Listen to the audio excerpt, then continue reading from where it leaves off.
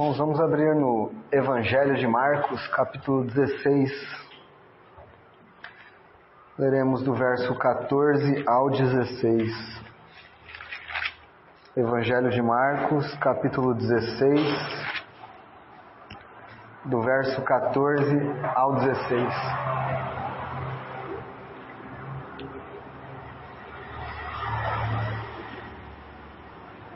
Finalmente, apareceu Jesus aos 11, quando estavam à mesa, e censurou-lhes a incredulidade e dureza de coração, porque não deram crédito aos que o tinham visto já ressuscitado. E disse-lhes: Ide por todo o mundo e pregai o Evangelho a toda criatura. Quem crer e for batizado será salvo. Quem, porém, não crer será condenado.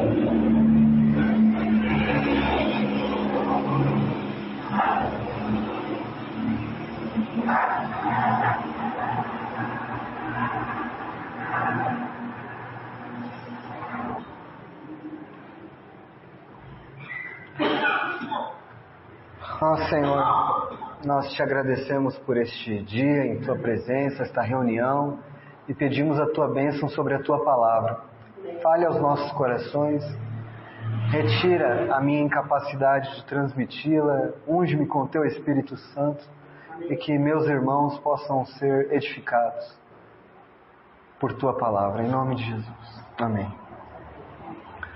Bom, nós vamos falar um pouquinho nestes versos hoje. O tema que eu dei para a mensagem é o Evangelho, a fé e o batismo. Nós vamos responder 3 perguntas: o que é o Evangelho, o que significa crer e o que é o batismo. Talvez o batismo a gente tenha que falar no sábado que vem. Talvez fiquemos só nas 2 primeiras perguntas: o que é o Evangelho e o que significa crer.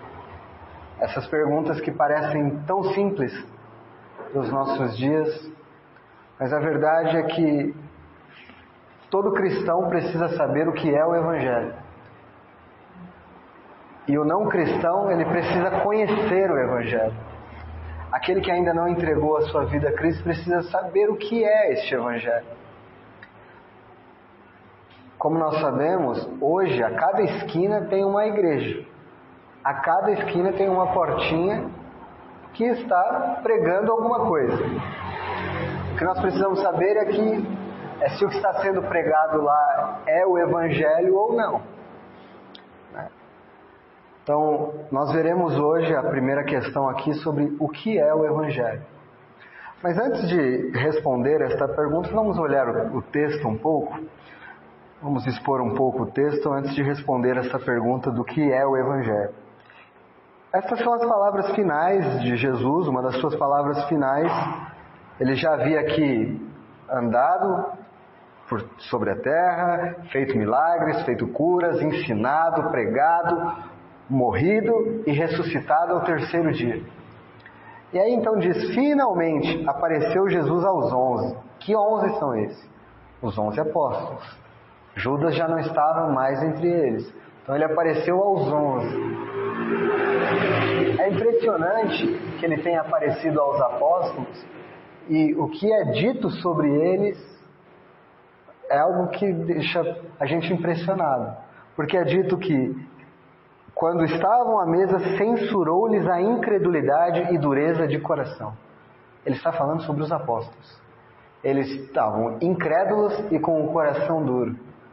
Estes eram os apóstolos. Aqueles que andaram 3 anos e meio presencialmente com o Senhor, tinham dureza e incredulidade em seus corações. E o que isso nos fala? Isso nos fala da natureza humana. É isso que nós somos. Nós somos maus e pecadores. E os apóstolos, apesar de receberem do Senhor uma comissão diferente, no sentido de que eles tinham autoridade apostólica, eles eram tão homens quanto nós, e tão pecadores quanto nós, com incredulidade e com dureza de coração. Mas, então o Senhor apareceu para eles, porque outras vezes o Senhor já tinha aparecido para outras pessoas, para outros discípulos, e eles falaram: a gente viu o Senhor, Ele está vivo, e eles não acreditavam. Mas então o Senhor teve que aparecer presencialmente. Há até o relato de Tomé, que este foi aquele que duvidou ainda mais, e que o Senhor diz: veja, toque aqui, veja se não sou eu mesmo. Então, a incredulidade, a fraqueza, pode pegar até os apóstolos. Como não pegaria nós? Fracos e pecadores como nós somos. Mas aqui nós vemos um ato de misericórdia e de amor. Você entregaria a maior comissão, a grande comissão, a homens que há um minuto atrás estavam incrédulos e com o coração duro? Mas foi exatamente isso que o Senhor fez. A homens incrédulos e com o coração duro, Ele diz: ide por todo mundo e pregai o Evangelho.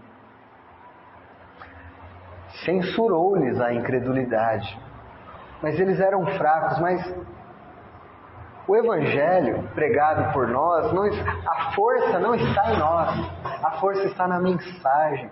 O poder é do Espírito Santo em convencer os homens. Então Ele pode confiar a estes homens que nada são: ide, pregai o Evangelho. A quem? Aos judeus apenas? A uma determinada classe de pessoas? A uma determinada classe social? Não, a toda a criatura. O Evangelho é enviado a todos os homens, porque a graça de Deus se manifestou salvadora a todos os homens. Graças a Deus é assim. Isto é misericórdia. É o tempo inteiro da parte de Deus, graça e misericórdia. Porque para utilizar servos para a pregação do Evangelho, Ele precisa utilizar graça e misericórdia, porque eles não são capacitados. Eles não são. Nós somos apenas pecadores. Então Ele capacita. E dá um comando para que eles saiam por aí, pregando a todas as pessoas. Nós não temos que escolher para quem. Todas as criaturas, todos os homens e mulheres, devem ouvir o Evangelho de Nosso Senhor. Se eles crerão ou não é outra questão. Se eles fazem parte do povo eleito de Deus ou não é outra questão. Mas Jesus então aqui está dizendo: ide e pregai. E depois ainda é dito: quem crer e for batizado será salvo. Quem não crer será condenado. Então nós vemos aqui outra questão muito séria nas Escrituras. Existe salvação e existe condenação. A salvação é simples, é pela fé. É pela fé, e a fé que é um dom de Deus. Mas quem não crer vai ser condenado. Certamente nós ouvimos as pessoas dizendo aí: não, mas eu sou uma boa pessoa, eu não faço mal a ninguém, vai acabar tudo bem comigo, eu sou uma boa pessoa. O senso comum diz isso, mas a palavra de Deus não diz isso. A palavra de Deus diz que aquele que for rebelde ao Evangelho de Jesus Cristo será condenado. Na verdade, os homens estão numa condição de que eles estão debaixo da ira de Deus. Esta é a condição dos homens. Deixe-me começar a responder as perguntas que coloquei para nós aqui. A primeira: o que é o Evangelho? Se te perguntassem o que é o Evangelho, o que você responderia? Não precisa me responder, apenas pense. O que é o Evangelho? O que é isso? Jesus nos mandou ir e pregar o Evangelho, mas o que é isso? Então, você vê uma pessoa pregando para outra e diz aqui: entrega a sua vida a Jesus, que vai tudo ficar bom. Seu casamento vai melhorar. Até vai mesmo, isso é, mas isso não é o Evangelho. O casamento melhora, mas isso não é o Evangelho. Sua vida vai melhorar, você vai ter prosperidade, você vai ter isso, você vai ter aquilo, Deus vai te dar uma casa, Deus vai te dar um carro, Deus vai te dar... Isso não é o Evangelho. Nunca foi, nunca será. Então, a pessoa frequenta a igreja, ouve uma pregação sobre Deus manda te dizer que vai te curar, que vai fazer aquilo. Isso é o Evangelho? Não, em hipótese alguma. Isso não é o Evangelho. Não foi isso que Jesus mandou pregar aos seus apóstolos. Está bem claro para todos nós aqui que isto não é o Evangelho. Mas como eu prego o Evangelho, então? Se não é isso, o que é? Se não é Por exemplo, eu preguei o evangelho para uma pessoa. O que você fez? Eu falei para Deus abençoar ela e para ela vir na reunião. Não, você não pregou o evangelho. Você fez um convite para ela ir numa reunião, você não pregou nada. Isso não é o evangelho. Mas é bom, você convidou para vir à reunião. Se o pregador pregar o evangelho naquele dia, ela ouvirá o evangelho. Mas você não pregou o evangelho. Eu dei um testemunho muito forte na minha vida que Deus fez isso. Você não pregou o evangelho. Você não pregou o evangelho. Você contou um caos. Você contou uma situação da sua vida. Você não pregou o evangelho. Porque um dia, Deus é o Deus do milagre, é o Deus do poder. Um dia eu estava orando e aconteceu isso, isso e aquilo. Nossa, Deus me usou naquele dia, as pessoas me ouviram. Não, você não pregou o evangelho. Não foi isso que Jesus mandou você fazer. Os apóstolos nunca fizeram isso. Mas é isso que hoje é tido como o evangelho. Uma pessoa veio passando na rua e eu falei, Deus te ama, Jesus morreu por você. Preguei o evangelho? Não, você não pregou o evangelho. Muito superficial e você não pregou nada. Nada, este não é o evangelho. O que é então o evangelho? Bom, vamos responder com a própria Bíblia, porque é assim que gostamos de fazer, não com as nossas ideias. Romanos capítulo 1, versículo 16. O que é então o evangelho? O evangelho não é ficar contando testemunho pessoal. O evangelho não é falar de prosperidade. O evangelho não é falar de cura. O evangelho não é nada disso. Paulo diz assim: pois não me envergonho do evangelho, porque é o poder de Deus para que os homens fiquem ricos e abençoados, para que as suas famílias prosperem. Não, porque é o poder de Deus para a salvação de todo aquele que crê, primeiro do judeu e também do grego, visto que a justiça de Deus se revela no evangelho de fé em fé, como está escrito, o justo viverá por fé. Então Paulo diz aqui que o evangelho é o poder de Deus para quê? Para a salvação. Então se você vai pregar o evangelho, você tem que falar de salvação. Você tem que falar acerca do destino eterno dessa pessoa. O que é o evangelho? É o poder de Deus para a salvação. Mas por que poder de Deus para a salvação? Porque tal é a condição do homem, morto em seus delitos e pecados, inimigo de Deus, com o seu coração endurecido, com a sua mente depravada, ele está constantemente com as costas viradas para Deus, não quer a Deus. É necessário um milagre para que uma pessoa creia no evangelho. Por isso o poder de Deus tem que agir para que uma pessoa creia. Se eu e você somos verdadeiros crentes, o poder de Deus agiu em nossas vidas. E o que este poder de Deus fez? Ele quebrou a dureza do nosso coração, Ele mudou a nossa maneira de pensar, Ele nos fez nos arrepender dos nossos pecados e nós chegamos à salvação. Pela fé, não pelo que nós fizemos, pela fé. Fé que é um dom de Deus, não vem de nós, não por obras praticadas por nós, mas por aquilo que Jesus fez na cruz do Calvário. Isto é o evangelho. O evangelho, para anunciar o evangelho, você já foi contar uma notícia para alguém e você fala assim, eu tenho duas coisas para te falar, uma boa e uma ruim, qual você quer que eu comece? A gente sempre fala isso. O evangelho é assim. Eu tenho uma boa e uma ruim. Mas o evangelho não é uma boa notícia? Sem dúvida, o evangelho é a boa notícia. Só que os homens precisam saber da má notícia também. A condição deles. Qual é? O crente diz que Jesus é seu Salvador. Certo? Cristo é Salvador do quê? Para alguém dizer que precisa de um Salvador, ele precisava estar perdido, arruinado. Aí a pessoa diz que creu em Jesus, mas ela creu foi num sócio que vai dar casa, que vai dar carro, Ela não creu em Jesus porque ela não sabia a exata condição dela. Ela pensava que a condição ruim da vida dela era financeira, era de saúde, mas não é essa a condição. A condição é que ela está afastada de Deus. Ela está morta em seus pecados. Seu destino é o inferno. É disso que ela vai ser livrada. É da ira de Deus. É da condenação. É da culpa do pecado que Cristo pagou na cruz. Isso é o Evangelho. É o poder de Deus.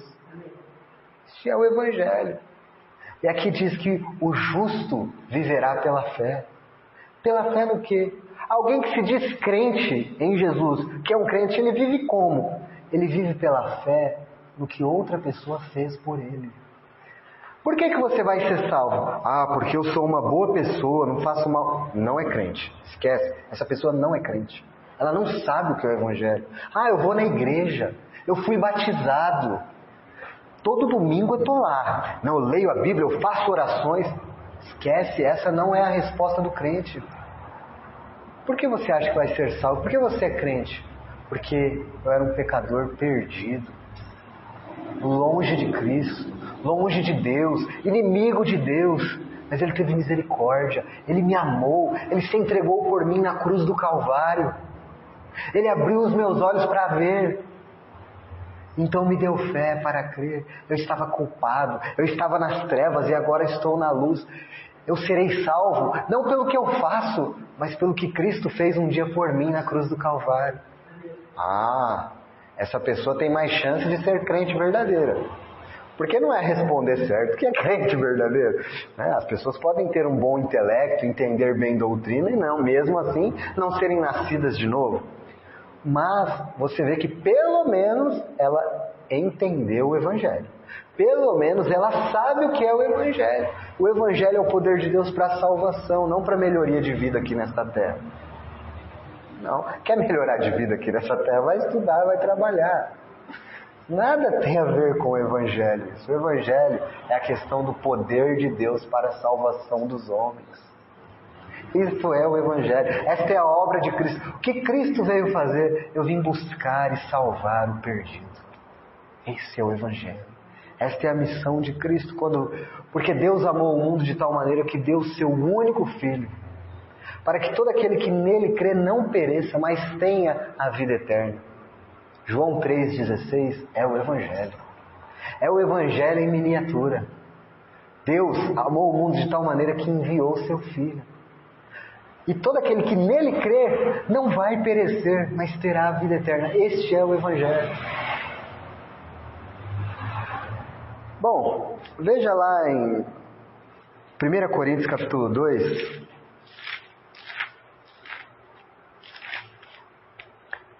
1 Coríntios capítulo 2, versículo 1 e 2. Olha Paulo dizendo quando ele foi falar acerca do Evangelho. Ele foi pregar. O que ele fez? Eu, irmãos, quando fui ter convosco, anunciando-vos o testemunho de Deus, não fiz com ostentação de linguagem ou de sabedoria. Então Paulo, quando foi pregar, ele não chegou lá ostentando sabedoria, linguagem rebuscada, nada disso. Porque decidi nada saber entre vós, senão a Jesus Cristo e este crucificado. Quando Paulo chegou para pregar em Corinto, o que ele fez? Não vim aqui contar a história de filósofos, sabedoria, ostentar linguagem, parecer que eu sou um erudito, nada disso. Eu não quero saber de mais nada. Eu vim pregar uma única coisa, Jesus Cristo e este crucificado.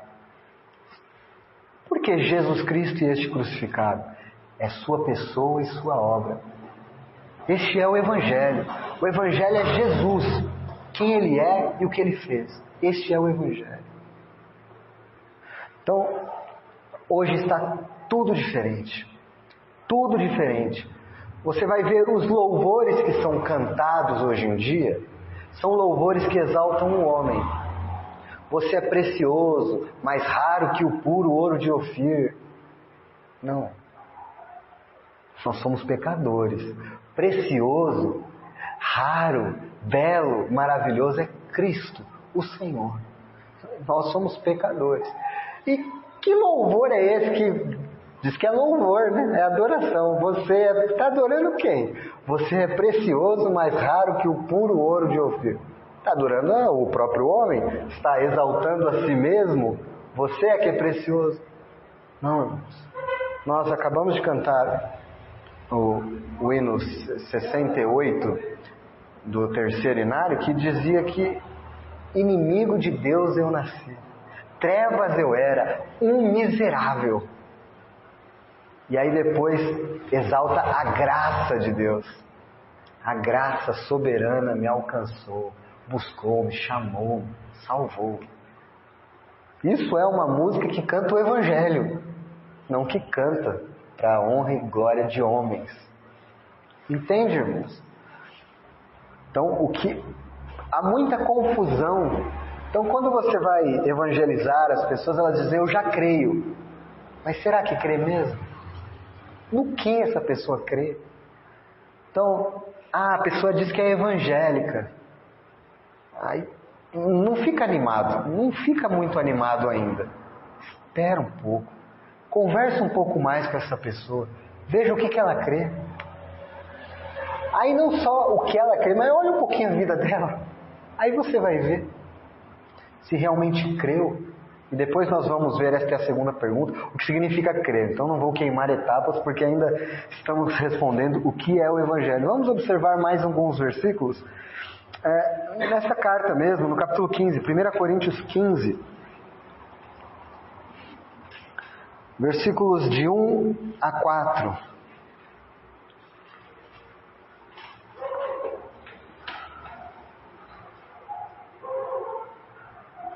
Então Paulo diz assim, 1 Coríntios capítulo 15, versículo de 1 a 4. Irmãos, venho lembrar-vos o evangelho que vos anunciei, o qual recebestes e no qual ainda perseverais. Por ele também sois salvos, se retiverdes a palavra tal como vô-la preguei, a menos que tenhais crido em vão.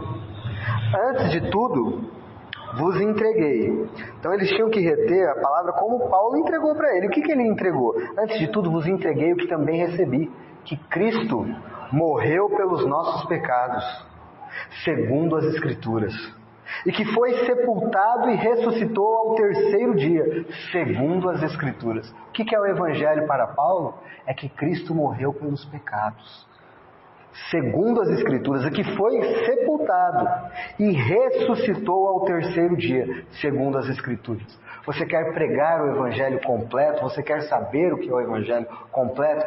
É que Cristo morreu pelos pecados dos homens, ao terceiro dia ressuscitou e voltará para buscar os seus. Este é o Evangelho. Este é o que Cristo veio fazer, segundo as Escrituras. Veja, muito interessante, segundo as Escrituras, não é segundo revelação de ninguém. Até Paulo fala aqui que ele recebeu a revelação da parte de Deus. Mas o que os homens estão fazendo, esquece. Paulo vai dizer aos Gálatas, é o texto que nós podemos ir até agora. Gálatas 1, vamos até agora, porque isso tem ligação total com o que estamos falando. Gálatas 1, versículo 6. Então, Paulo diz que Cristo morreu pelos nossos pecados segundo as Escrituras. Cristo foi sepultado e ressuscitou ao terceiro dia segundo as Escrituras. Certo? Gálatas 1, verso 6 diz: admira-me que estejais passando tão depressa daquele que vos chamou na graça de Cristo para outro evangelho. Então Paulo está dizendo que naquela época já existiam outros evangelhos. Na época de Paulo já tinha outro evangelho. Nós já estamos quase 2000 anos depois. E a bagunça ficou muito pior. Muito pior. O qual não é outro, senão que alguns que vos perturbam e querem perverter o evangelho de Cristo. Mas ainda que nós, ou mesmo um anjo vindo do céu, vos pregue evangelho que vá além do que vos temos pregado, seja maldito. Assim como já dissemos, e agora repito, se alguém vos prega evangelho que vá além daquele que recebestes, seja maldito. Vou parar por aqui um pouquinho. Então Paulo está dizendo que ele estava admirado que os Gálatas estavam passando tão rápido do evangelho para outro evangelho. E que não é outro, são pessoas querendo perverter o evangelho de Cristo. E ele diz aqui uma palavra muito forte: ainda que um anjo desça do céu e pregue outro evangelho, que seja maldito. Agora, a moda é o pregador dizer que recebeu uma visão e uma revelação de que Deus está falando para ele coisas que não estão na Escritura. Mas o Evangelho de Paulo é que Cristo morreu pelos nossos pecados segundo as Escrituras. Que Cristo foi sepultado e ressuscitou ao terceiro dia segundo as Escrituras. Nós não temos nada para falar além do que está escrito. Nós pregamos o que está escrito. O pregador do Evangelho é um homem acorrentado às Escrituras. Ele não fala nada que não está neste santo livro de Deus. Pode vir um anjo, veio um anjo na minha janela e... Maldito! O anjo é maldito, seja maldito. Não tem. Então Paulo deixa isso muito claro. E assim nascem todas as seitas e heresias. Todas elas. O fundador destas seitas e heresias disse que recebeu uma revelação especial de algum anjo, de alguém. E tem o Evangelho segundo Allan Kardec, o Evangelho segundo os Mormons, o Evangelho segundo não sei quem. Tudo outro Evangelho. O Evangelho segundo as Escrituras somente. E do que fala o Evangelho? Que Cristo morreu pelos nossos pecados. Foi sepultado, ressuscitou ao terceiro dia para a nossa justificação. E voltará para buscar os que creram em seu nome. E os levará para a casa do Pai. Isto é o Evangelho. Esta é a esperança do Evangelho. Agora, se o Evangelho é uma notícia tão boa assim, é tão boa, quem não quer ir para o céu? Quem não quer estar com Deus? Quem não quer evitar o inferno? Se o Evangelho é uma notícia tão boa assim, por que os homens não creem, né? O que acontece? Qual o problema dos homens? Tem que ter algum problema. Porque se você perguntar para qualquer um, né, tem alguns que vão responder que querem o inferno, porque já chegaram num nível tão grande de depravação e de cegueira, que eles até dizem, né, fazem piada, eu prefiro o inferno mesmo, né? Porque os homens fazem piada porque na cabeça deles o inferno é um lugar de festa. É um lugar de alegria. Ouve as histórias e as piadinhas que contam. O inferno é uma alegria, o céu é uma paradeira, é uma tristeza. Bom, Satanás é bem sagaz em enganar os homens desta maneira. Mas o inferno, segundo as Escrituras, é um lugar de condenação, de sofrimento, e de onde não haverá livramento para esse sofrimento. É o sofrimento eterno, angustiante. Dor, angústia, tristeza, culpa, condenação eterna. Aí os homens, claro, eles não querem esta condenação. Ninguém quer. Quem é que eu vou passar minha eternidade? O homem vive aqui 80, 90, 100 anos quando chega estourando. Mas depois disso ele tem uma eternidade inteira, onde ele vai estar ou com Deus, na presença do Deus amoroso, ou na presença do Deus irado. Que às vezes as pessoas pensam que às vezes o inferno quem comanda é Satanás. Deus comanda tudo. O céu é o Deus amoroso, recebendo seus filhos, aqueles que creram. O inferno é o Deus irado, derramando toda a sua ira com justiça, porque os homens se rebelaram contra a graça oferecida. Muito bem, então vamos lá. Qual é a condição do pecador? Por que então os homens não creem, afinal? Tem que ter algum problema com os homens. E a Bíblia diz que os homens são completamente depravados. Eles não amam a Deus, eles não buscam a Deus. Seu coração é completamente corrompido. Aí fala, não, mas as pessoas são boas. Não, aquela pessoa tem um bom coração, só falta Jesus. Aquela pessoa não tem nada. Se falta Jesus, ela não tem nada. Absolutamente nada. Não tem nada. Veja, Romanos 3, versículos 9 a 20. Este aqui é o texto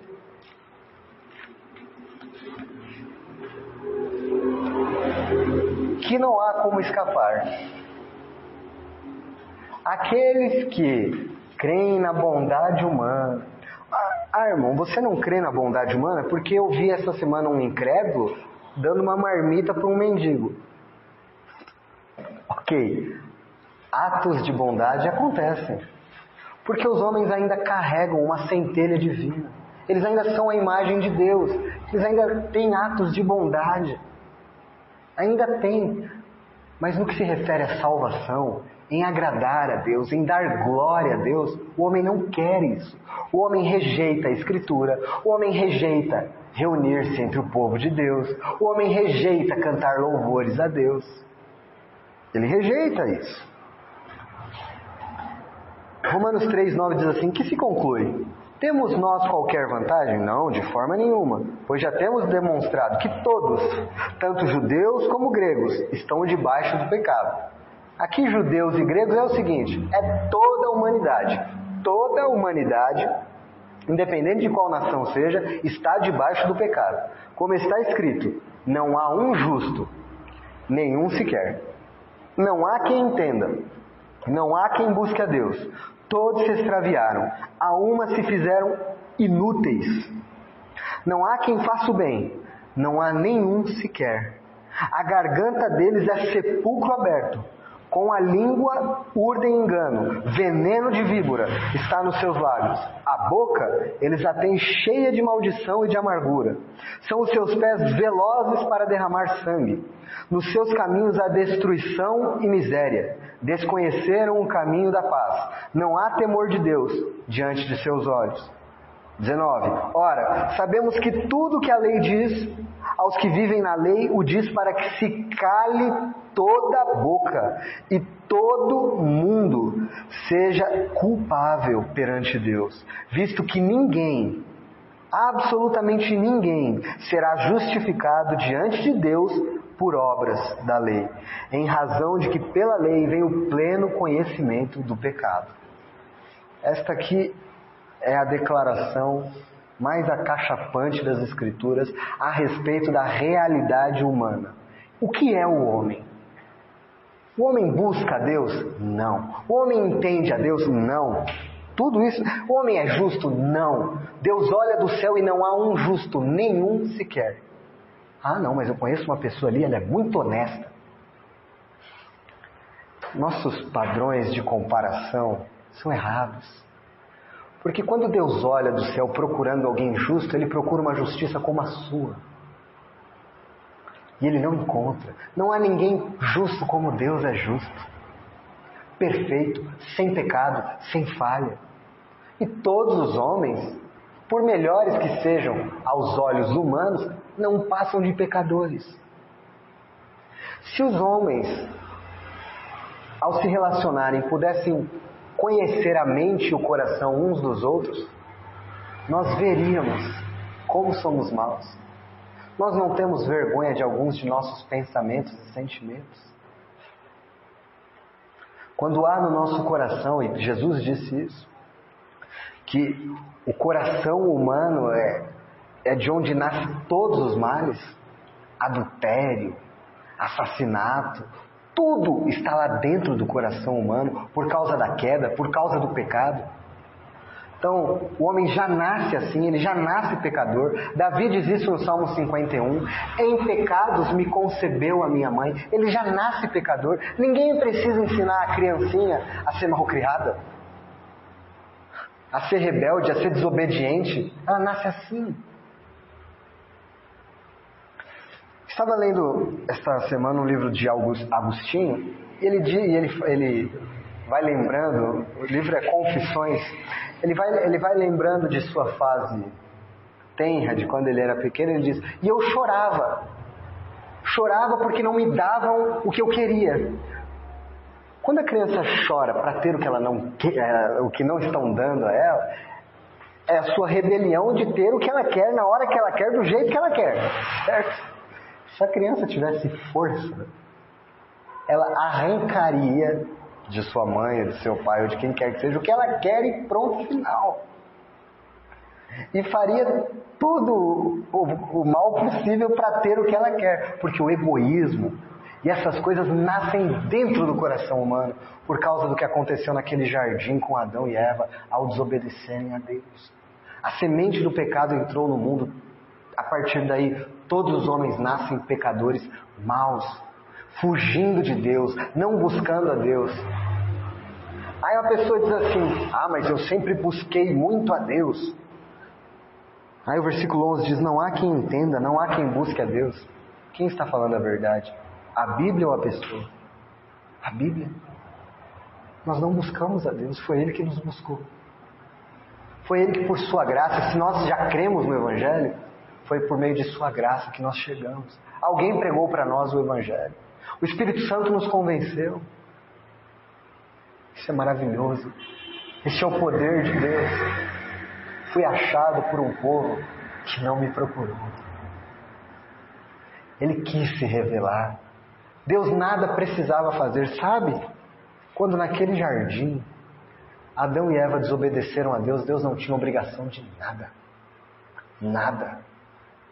Se Ele quisesse, toda a humanidade poderia ser condenada ao inferno e pronto. Mas desde a eternidade Ele já havia preparado um plano de que enviaria seu Filho para salvar pecadores. Recolheria para si os seus eleitos, aqueles que são dele. Esse é o plano maravilhoso, esse é o Evangelho, isso é grandioso. Mas as pessoas não vão vir para as reuniões da igreja ouvindo isso. Então que não venham, porque nós não temos nada mais para falar, nada mais para falar. Nada. Mas é chato, é monótono. Tá bom, então vai se divertir e vai para o inferno depois. O Evangelho é o poder de Deus para a salvação. Mas para os crentes, isso é a maior alegria. Isso é tudo que eles possuem, o Evangelho.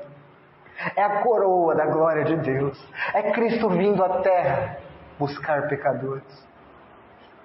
E o crente é feliz por causa disso. Todos os problemas que o crente passa nesta terra são diminuídos, minimizados ou quase desaparecem quando ele entende o Evangelho. Quando ele entende para onde ele estava indo e o que Deus fez por ele, ao enviar Cristo, ao fazer por meio do Espírito Santo uma obra de regeneração no seu interior, dando a ele um novo coração, uma nova mente, novos afetos. Eu que amava o mundo, amava o pecado, amava as trevas, agora amo a Deus, amo a justiça. Porque eu sou bom? Não, porque Ele teve misericórdia de mim. Esse é o Evangelho. E o que nós lemos aqui em Romanos é que isso é impossível para o homem. Paulo é tão taxativo que olha o que ele diz no versículo 19. Ora, sabemos que tudo que a lei diz aos que vivem na lei, diz para que se cale toda a boca e todo mundo seja culpável perante Deus. A pessoa que diz, não, eu sou uma boa pessoa. O que Paulo diz, cala a boca. Você é culpado diante de Deus. Toda a boca tem que se calar. Você é pecador, culpado. Mas há uma boa notícia. Por isso aqui, antes da boa notícia, o que eu falava, amar tem que chegar. O homem tem que descobrir isso. Ele tem que saber que essa é a condição dele. Ele tem. Enquanto ele não sabe que a condição dele é de culpado, é de condenado, é debaixo de uma ira, ele zomba do Evangelho. Porque ele não sabe. É como aquela pessoa que está dormindo em meio a um incêndio. E as pessoas falam para ela, sai daí, a casa está pegando fogo. Aí ela acha que é brincadeira. E continua lá. Todo mundo está vendo a fumaça. Todo mundo está vendo. Ele está tão insensível que ele nem sequer sente o calor daquela casa aumentando. Assim é o homem sem Deus. Ele está tão insensível, ele está tão indiferente que ele não sente o calor e as chamas do inferno aumentando sobre ele. Porque a cada dia que passa, a cada ano que passa que ele não entrega a sua vida a Cristo, mais perto ele está destas chamas, mais perto ele está desta condenação. Mas ele continua deitado na cama como se nada tivesse acontecendo. Mas Deus, por sua misericórdia, ainda continua chamando homens ao arrependimento. para que se despertem e venham a Cristo para serem salvos. Veja o Evangelho de João, capítulo 3, versículo 36. E hoje acho que ficaremos só na primeira pergunta, o que é o Evangelho? O Evangelho de João, capítulo 3, versículo 36. As palavras de Jesus, este Evangelho Deus é amor aí, que só fala de amor, amor, amor, não é o Evangelho que estava nos lábios de nosso Senhor. João 3, versículo 36. Por isso, quem crê no Filho tem a vida eterna. O que todavia se mantém rebelde contra o Filho não verá a vida, mas sobre ele permanece a ira de Deus. O que uma pessoa precisa fazer para que Deus esteja irado com ela? Nada. O texto diz que sobre ele permanece a ira de Deus. Os homens já estão debaixo da ira de Deus, porque eles são pecadores, porque eles são rebeldes. E esta ira só é tirada de sobre os homens quando eles creem em Cristo. Sabe por quê? Porque Cristo levou a ira, que era dos homens, na cruz. Então é assim, os homens estão debaixo da ira de Deus. Aqui os homens, aqui a ira, eles estão debaixo da ira de Deus. E aqui está Cristo. Então quando estes homens creem, eles vão para debaixo de Cristo. A ira já caiu sobre Cristo. Não há mais ira para os homens que estão debaixo de Cristo. Acabou. Não há condenação para os que estão em Cristo Jesus. Acabou. Esse é o Evangelho. O Evangelho é anunciar às pessoas: você precisa ser salvo, você precisa se arrepender dos seus pecados. A pessoa fala: não, sou uma boa pessoa. Não! A ira de Deus repousa sobre a sua cabeça. Mas Deus é misericordioso, Deus é amoroso. Ele enviou o seu Filho para morrer pelos seus pecados. Basta que você creia no que Cristo fez por você. Então você sairá do império das trevas e será transportado para o reino do Filho do seu amor. Não é isso que as Escrituras dizem? As Escrituras dizem isso em Colossenses, capítulo 1, versículo 13.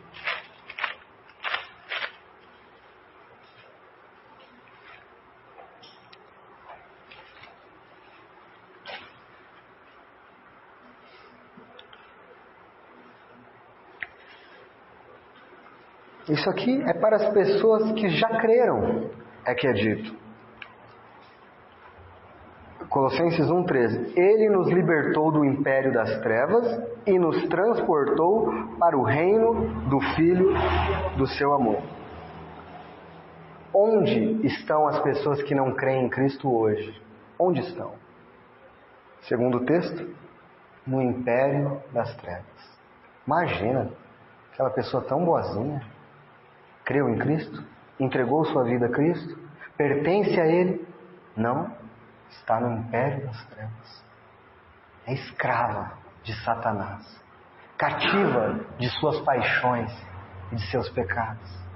Repousa sobre ela culpa e a ira de Deus está próxima de ser derramada. Está debaixo do império das trevas. Agora veja Efésios, um pouco anterior. Efésios capítulo 2.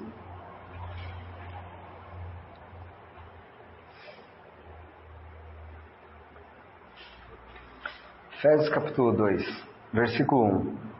Ele vos deu vida, estando vós mortos nos vossos delitos e pecados, nos quais andastes outrora, segundo o curso deste mundo, segundo o príncipe da potestade do ar, do espírito que agora atua nos filhos da desobediência, entre os quais também todos nós andamos outrora, segundo as inclinações da nossa carne, fazendo a vontade da carne e dos pensamentos, e éramos, por natureza, filhos da ira, como também os demais. Você já ouviu a pessoa dizer: eu também sou filho de Deus? Aí é uma frase comum. Eu também sou filho de Deus. Não, eu mereço isso, sou filho de Deus. A Bíblia diz que ele é filho da ira. Jesus nos evangelhos diz que é filho do diabo. Ele diz isso aos fariseus: vocês são igual ao vosso pai, mentiroso. Chama os fariseus de filhos do diabo. Então não são todos filhos de Deus. Esta é a verdade das Escrituras. Uma pessoa sem Cristo, ela está morta em seus delitos e pecados. Por isso ela não sente nada quando a gente prega. Por isso a gente convida para reunião e ela não vem. Por isso a gente prega o Evangelho e ela está morta. Morta para Deus. Morta nos seus pecados e delitos. É só quando Deus dá a fé a esta pessoa é que Deus dá a vida a ela. Ele vos deu vida, estando vós mortos em delitos e pecados. O que é crer em Deus? Um breve resuminho só. O que é esta fé que Deus dá? A fé é um dom de Deus que pega um homem morto e dá nova vida. Que faz com que um inimigo de Deus se torne amigo de Deus. Que faz com que um condenado torne-se em um abençoado, em um amado. De um filho da ira do império das trevas para o reino do Filho do seu amor. Da ira para o amor. Da culpa para a justificação. Da condenação para a glória eterna. Para a vida eterna. Esse é o Evangelho. Tudo isso porque a gente fez alguma coisa? Nos tornamos boas pessoas? Não. Pelo que Cristo fez. Nos arrependemos dos nossos pecados e cremos no que Ele fez por nós. Último texto que eu vou ler e nós ficaremos hoje, então, só na primeira pergunta, o que é o Evangelho. Então nós temos o que significa crer e o que é o batismo para as próximas reuniões. Então sábado que vem acho que dá para falar sobre o que significa crer, tá? Porque essa é muita confusão também, né? Eu creio em Jesus. Então vamos ver o que significa crer. O que é um crente em Jesus? Todo mundo é crente. Não, chama todo mundo de irmão. Calma, não sei. Vamos com calma. Vamos ao último texto de hoje, Tito 3, versículo 3.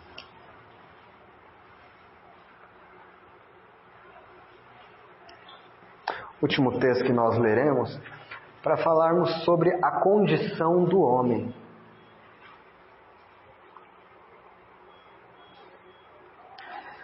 Então, pois nós também outrora éramos nécios, loucos, desobedientes, desgarrados, escravos de toda sorte de paixões e prazeres. Então, um homem que não crê em Cristo, que não entregou a sua vida a Cristo, é um escravo de toda sorte de paixões. O crente peca, ele peca, mas ele não é um escravo. A graça de Deus o capacita a não viver na prática constante do pecado. Ele ainda peca, porque ele ainda está neste corpo. Mas ele não é mais um escravo. Se o Filho vos libertar, verdadeiramente sereis livres. Nós somos livres, nós não somos escravos. Se nós já cremos, livres para andar no Espírito, com a graça de Deus, renegar as paixões mundanas.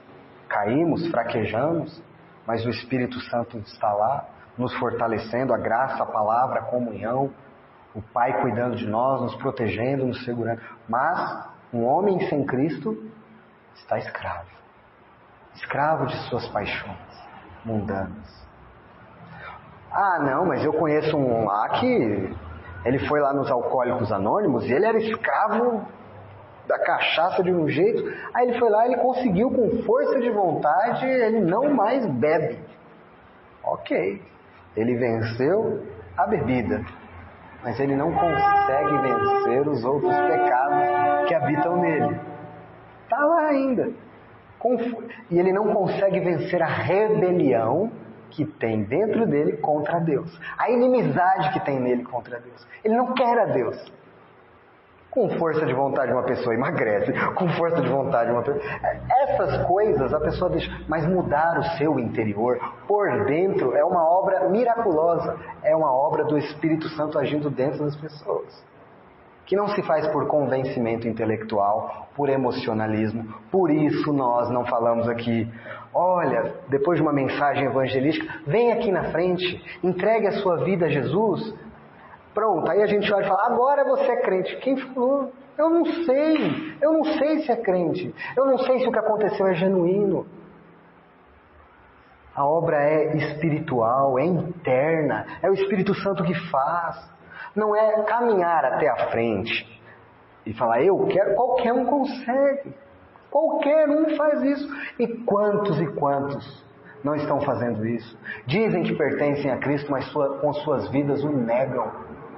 As suas vidas não demonstram a marca do poder de Deus. Não existe tal coisa como uma pessoa que foi salva pela graça de Deus e continua da mesma maneira. Isto não existe. Um pregador chamado Paul Washer, ele dá um exemplo, e eu vou concluir aqui.